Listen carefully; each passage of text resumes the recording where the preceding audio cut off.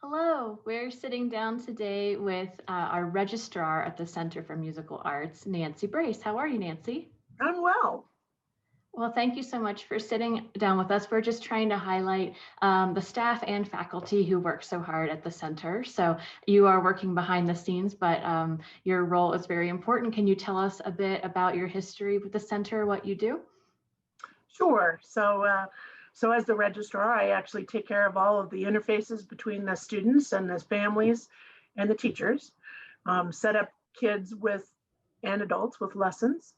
And I actually started with the center as the Rocky Mountain Center for Musical Arts as a harp teacher in the other building before 2000. So kind of neat to be on both sides. I was a teacher, and then also the registrar makes it kind of helpful. All right. You mentioned that you play the harp, which I know is another important part of your life, though you're not teaching at the moment. I read in an article that in the fifth grade, you decided that you wanted to play harp and only harp. Can you tell us a little bit about that experience? Sure. So when I was 2.5, actually, my grandparents and my parents used to sit down on Saturday nights and watch the Lawrence Welk show. So um, that's really where I got the idea of this harpist in this long flowing gown that would only show up occasionally in the orchestra, but was very taken by that. So then I kept saying, I want to play the harp. I want to play the harp. And my parents were like, okay. So finally in fifth grade, they got me a harp. And I also had me play piano at the same time. So that was really a good thing to do because harp is a lot like a piano, and piano is such a great instrument to go to first. But I never wanted to play the piano. So, I was like, can I be done with this now? Can I just play the harp? It was a match made in heaven then. Yeah. So I understand that during the holidays, you have an interesting harp tradition playing in an unlikely location. Can you tell us about that? So I play at McGuckin's Hardware in Boulder. I've been doing that for almost 30 years now. So it's very much a part of my Christmas tradition. And it's such a fun, unique thing to do. Nobody really expected to walk into a hardware store and have a harp playing. So it's unexpected, but now it's pretty much a tradition. So I have people that come back to Colorado for the holidays or visit family or have been in McGuckin's 10 years ago that just come say hi. It's just, it's cool because I grew up in Boulder. And so I see all my childhood friends come in too. So I see them every Christmas, and that's pretty much where I see my elementary school and, high school buddies. It's just kind of fun.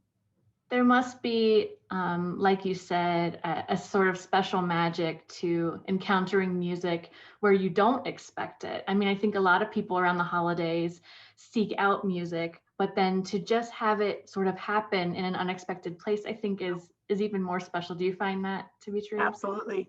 I have so many people that come around the corner and go, oh, it's live.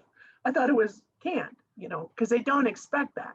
And that's the fun part about it. What is there anything that has ever happened to you that has been surprising during one of these recitals?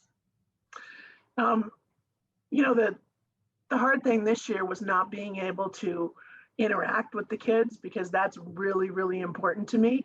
So I'm probably one of the only harpists that let the kids touch my harp. So they can come up and they can play it and they can ask questions and and that was really hard for me this year.